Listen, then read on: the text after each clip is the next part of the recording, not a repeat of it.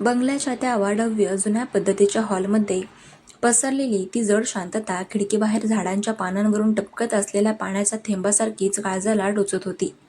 मयुरीने अनिकेतच्या शर्टची collar ज्या तीव्रतेने आणि हक्काने पकडली होती, तिच्या हाताची बोटं थरथरत होती. तिच्या डोळ्यांमध्ये एकाच वेळी अथांग वेदना, वर्षानुवर्षांचा साठलेला आक्रोश आणि एक अनामिक भीती स्पष्टपणे उघडी पडली होती. अनिकेत तिथेच पाषाणासारखा स्तब्ध उभा राहिला. मयुरीचा तो उबदार वेगाने चाललेला श्वास थेट त्याच्या चेहऱ्यावर जाणवत होता. तिचे ते डोळ्यात साठलेले अश्रू आणि तिच्या शब्दांनी त्याच्या मनामध्ये निर्माण केलेलं विचारांचं वादळ. त्याला एका क्षणासाठी काहीही सुचत नव्हतं. तिने आत्ताच म्हटलं होतं की हे सत्य जर बाहेर आलं तर त्याचं करिअर, त्याची एवढी मोठी कंपनी, त्याचं आजचं आलिशान जग एका क्षणामध्ये पत्त्याच्या बंगल्यासारखं उद्ध्वस्त होऊन जाईल. असं कोणतं सत्य आहे ज्याचा संबंध थेट माझ्या आजच्या करिअरशी आणि मयुरीच्या या गेल्या 10 वर्षांच्या अज्ञातवासाशी आहे? अनिकेतने मनातल्या मनामध्ये स्वतःलाच विचारलं. त्याच्या मेंदूमध्ये विचारांचे शेकडो प्रवाह एकाच वेळी वाहू लागले. त्याने आपले दोन्ही हात हळूच वर केले आणि मयुरीच्या त्या थरथरणाऱ्या हातांवर ठेवले, ज्या हातांनी त्याच्या शर्टची कॉलर घट्ट आवळली होती. अनिकेतचा तो उबदार स्पर्श होताच मयुरीच्या संपूर्ण शरीरातून एक लहरी धावून गेली. तिच्या अंगावर काटा आला. तिला जाणीव झाली की ती काय करते. तिने अत्यंत वेगाने भानावर येत आपले हात झटकले आणि ती अनिकेतपासून 2 पावलं मागे सरकली. तिने आपली नजर चोरली आणि पाठ फिरवून खिडकीबाहेर धुक्यामध्ये पूर्णपणे हरवून गेलेल्या त्या जुन्या बागेकडे पाहू लागली. तिचे खांदे अजूनही हुंदक्यामुळे हलत होते. मयुरी, अनिकेतचा आवाज आता कमालीचा घोगरा, जड आणि अत्यंत भावनिक झाला होता. त्यामध्ये तो बिझनेस हेडचा अधिकृत तो राग किंवा कोणताही अहमपणा नव्हता. तिथे फक्त एक अपूर्ण राहिलेला प्रेमी होता. तू अजून किती काळ स्वतःला आणि मला या अंधाराच्या खाईमध्ये ठेवणार आहेस? तू म्हणतेस की माझं जग उद्ध्वस्त होईल, पण तुला खरोखरच ठाऊक आहे का मयुरी, की ज्या रात्री तू मला एकही शब्द न सांगता, निरोप न घेता अचानक निघून गेलीस, त्याच रात्री माझं खरं जग पूर्णपणे उद्ध्वस्त झालं होतं. आज मी ज्या 3 पीस सूटमध्ये ज्या मोठ्या पदावर आलिशान केबिनमध्ये उभा आहे ना, ते फक्त एक जिवंत प्रेत आहे, जे निव्वळ यंत्रासारखं काम करतंय. माझ्या या एवढ्या मोठ्या यशामध्ये, या श्रीमंतीमध्ये जर तूच नसशील तर या जगाला, या पैशाला माझ्यासाठी काहीच अर्थ नाही. मला सांग मयुरी, तो लहान मुलगा अंशुमन आणि तुझा या बंगल्याशी काय संबंध आहे? तू का लपवतेस सगळं? मयुरीने खिडकीच्या बाहेर थंड काचेवर आपले कपाळ टेकवले.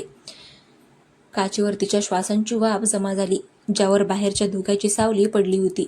तिच्या डोळ्यांमधून पुन्हा एकदा अश्रू उघडले, पण तिने स्वतःच्या आवाजातील तो मोठा हुंदका खूप कष्टाने घशातच दाबला. तिने स्वतःला सावरण्याचा आटोकाट प्रयत्न केला. मिस्टर अनिकेत. मयुरीने पुन्हा एकदा तोच औपचारिक कोरडा शब्द उच्चारला, ज्यामुळे अनिकेतच्या काळजामध्ये सुरी टोचल्यासारखं झालं. ती मागे न वळता शांत पण खंबीर आवाजामध्ये त्याला म्हणाली, काही गोष्टी अशा असतात ज्या फक्त लांबूनच चांगल्या दिसतात. तुमचं आज कॉर्पोरेट जगतात एक मोठं नाव आहे, समाजामध्ये प्रतिष्ठा आहे. जर तुम्ही पुण्याच्या या जुन्या प्रकरणामध्ये पडलात तर ज्या लोकांनी तुम्हाला आज या शिखरावर बसवलंय, तेच लोक तुम्हाला खाली खेचायला एक सेकंदाचाही विचार करणार नाहीत. म्हणून सांगते, जे काही आहे ते इथेच सोडून द्या. तुमचे आणि माझे रस्ते आजपासून ठीक 10 वर्षांपूर्वीच वेगळे झालेत. आजची ही भेट केवळ एक व्यावसायिक योगायोग आणि अपघात होता. उद्या सकाळी आपण मुंबईला परत जात आहोत आणि तिथून पुढे आपल्यात फक्त आणि फक्त कामाचंच नातं असेल. मी माझी मर्यादा ओलांडणार नाही आणि तुम्हीही तुमची मर्यादा ओलांडू नका. तिने पुन्हा एकदा स्वतःभोवती तीच भक्कम अदृश्य भिंत उभी केली होती. पण अनिकेत आता इतक्या सहजासहजी मागे हटणाऱ्यांपैकी नव्हता. 10 वर्ष त्याने शांत राहून काढली होती, पण आज सत्य त्याच्या अगदी हाताच्या अंतरावर होतं. तो अत्यंत संत पावले टाकत तिच्या पाठीशी अगदी जवळ येऊन उभा राहिला. हवेमध्ये पुन्हा एकदा तिच्या केसांचा तो ओळखीचा चंदनाचा सुवास रेंगाळत होता, जो त्याला नेहमी वेड लावायचा. अनिकेतने अतिशय हळुवारपणे तिचा उजवा खांदा पकडला आणि तिला स्वतःकडे वळवले. मयुरीने दचकून आपली मान वर केली आणि अनिकेतच्या डोळ्यांमध्ये पाहिले. दोघांची नजरानजर झाली. या अगदी जवळच्या अंतरावर मयुरीचे ओठ थरथरत होते. अनिकेतने काहीही न बोलता आपला उजवा हात पुढे केला आणि तिच्या गालावर उघडलेला तो अश्रू आपल्या अंगठ्याने पुसला. त्या पाठोपाठ तिचे केस वाऱ्यामुळे तिच्या चेहऱ्यावर आले होते. ती एक बट त्याने अत्यंत हळुवारपणे तिच्या कानामागे सारली. तो एक अत्यंत उत्कट, भावनिक आणि नकळत घडलेला रोमॅन्टिक क्षण होता. अनिकेतच्या बोटांचा तो ओळखीचा जिव्हाळ्याचा स्पर्श होताच मयुरीचे हृदय एका क्षणासाठी थांबल्यासारखं झालं. तिच्या शरीरातील सगळी ताकद जणू निघून गेली होती. तिने आपले डोळे घट्ट मिटून घेतले आणि नकळतपणे तिचे डोके अनिकेतच्या छातीवर टेकलं गेलं. अनिकेतने सुद्धा तिला आपल्या बाहूमध्ये घट्ट कवेमध्ये घेतलं. त्या जुन्या मिठीची ऊब दोघांनाही कित्येक वर्षानंतर मिळत होती. बाहेर पाऊस पडत होता आणि त्या जुन्या बंगल्याच्या हॉलमध्ये दोन जीव जगाचा विसर पडून एकमेकांमध्ये हरवून गेले होते. पण हा सुवर्ण क्षण फार काळ टिकला नाही. अचानक आतल्या खोलीतून मावशीच्या खोकण्याचा मोठा आवाज आला आणि मयुरी जणू एखाद्या मोठ्या धक्क्याने भानावर आली. तिने अत्यंत घाईघाईने स्वतःला अनिकेतच्या मिठीतून मागे खेचलं. तिचा चेहरा लाजेने आणि संकोचाने लाल झाला होता. तिने आपला चष्मा ठीक केला आणि अनिकेतकडे न पाहताच म्हणाली, मला अंशूला बघायला हवं. त्याची औषधाची वेळ झाली आहे. मावशी एकट्या आहे तिथे. तुम्ही आता हॉटेलवर परत जा. उद्या सकाळी आपण ठीक 7 वाजता मुंबईसाठी निघू. अनिकेतने तिच्याकडे पाहिलं. तिच्या डोळ्यातली ती तगमग त्याला स्पष्ट दिसत होती. त्याला समजलं होतं की आता या क्षणी तिच्यावर जास्त दबाव टाकण्यामध्ये काहीच अर्थ नाही. ठीक आहे मिस जोशी, मी हॉटेलवर जातोय. उद्या सकाळी ठीक 7 वाजता मी सोसायटीच्या गेटवर असेल. अनिकेतने स्वतःचा आवाज पुन्हा व्यावसायिक करत म्हटलं. आपला ब्लेझर नीट केला आणि तो जड पावले टाकत बंगल्याच्या बाहेर पडला. गाडीत बसल्यावर अनिकेतने इंजिन स्टार्ट केलं, पण गाडी पुढे नेण्याची त्याची हिंमतच होत नव्हती. तो तसाच स्टेअरिंग व्हीलवर दोन्ही हात ठेवून त्यावर डोकं टेकून कितीतरी वेळ बसून राहिला. कोरेगाव पार्कच्या त्या शांत गल्लीमध्ये पाऊस पुन्हा एकदा रिमझिम सुरू झाला होता. गाडीच्या काचेवर पाण्याचे थेंब पडत होते. अनिकेतच्या डोक्यामध्ये आता एक नवीन शंका, एक भयंकर गुंता निर्माण झाला होता. तो लहान मुलगा अंशुमन. मयुरीच्या नावापुढे अजूनही जोशी आडनाव आहे. तिचं लग्न झालेलं नाही. तरीही मावशी म्हणाली की तो बापाचा अंश आहे आणि मयुरी म्हणते की यामुळे अनिकेतचं करिअर धोक्यात येईल. या सगळ्याचा संबंध त्याच्या स्वतःच्या भूतकाळाशी तर नाही ना? कॉलेज संपताना नेमकं असं काय घडलं होतं जे त्याला माहिती नव्हतं? अनिकेतने एक मोठा श्वास घेतला, स्वतःचा फोन काढला आणि पुन्हा एकदा त्या खासगी एजंटला कदमला फोन लावला. हॅलो कदम. अनिकेतचा आवाज रात्रीच्या शांततेमध्ये करडा घुमला. मला या अनुग्रह बंगल्याची, मयुरीच्या कुटुंबाची आणि तिच्या मावशीची संपूर्ण जन्मकुंडली हवी आहे. हा बंगला कोणाच्या नावावर आहे आणि सगळ्यात महत्त्वाचं, आजपासून ठीक 10 वर्षांपूर्वी मयुरी जेव्हा मुंबई सोडून अचानक पुण्यामध्ये आली तेव्हा तुझ्या कुटुंबामध्ये किंवा तिच्या आसपास काही मोठी आर्थिक अथवा कायदेशीर उलथापालथ झाली होती का? मला प्रत्येक लहानसहान डिटेल हवी आहे. उद्या दुपारपर्यंत मला रिपोर्ट दे. हो सर, मी तात्काळ कामाला लागतो, कदमने उत्तर दिले आणि फोन कट झाला. अनिकेतने गाडी गिअरमध्ये टाकली आणि हॉटेलच्या दिशेने निघाला. दुसऱ्या बाजूला बंगल्याच्या आतमध्ये मयुरी अंशुमनच्या खोलीमध्ये गेली होती. अंशुमन बेडवर बसून एका मोठ्या चित्राच्या पुस्तकामध्ये रंग भरत होता. मयुरीला खोलीमध्ये आलेलं पाहताच त्याने आपले लहान हात हवेमध्ये पसरवले. मयुरीने बेडवर बसून त्याला आपल्या कुशीमध्ये घेतलं. आई, ते खूप मोठे काका कुठे निघून गेले ग? अंशुमनने अत्यंत निष्पापपणे विचारलं. ते खूप चांगले होते ना ग?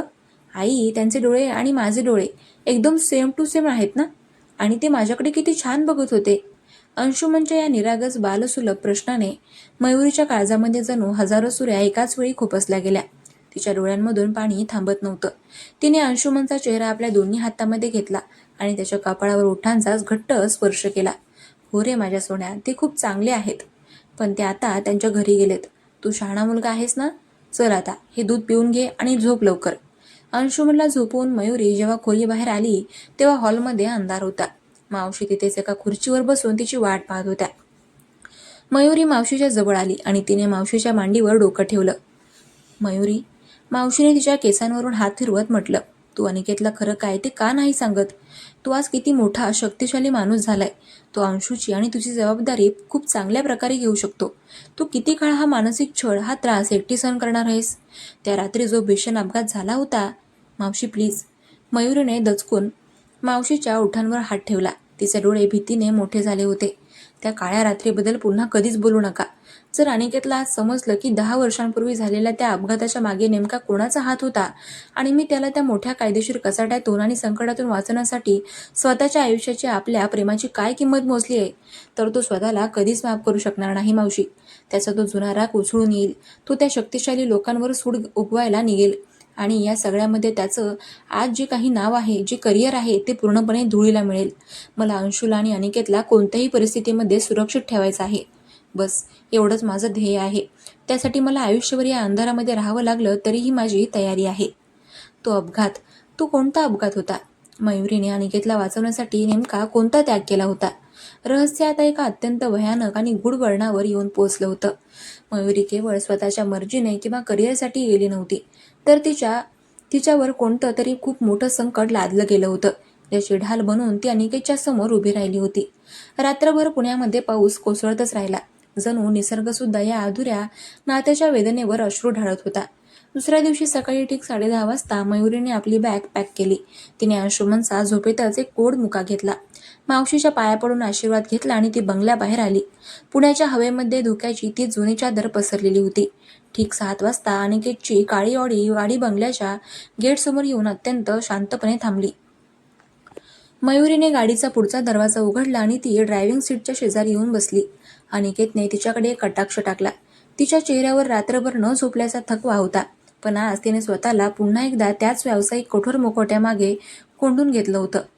Good morning mister Aniket, Mayuri म्हणाली. तिचा आवाज स्थिर होता.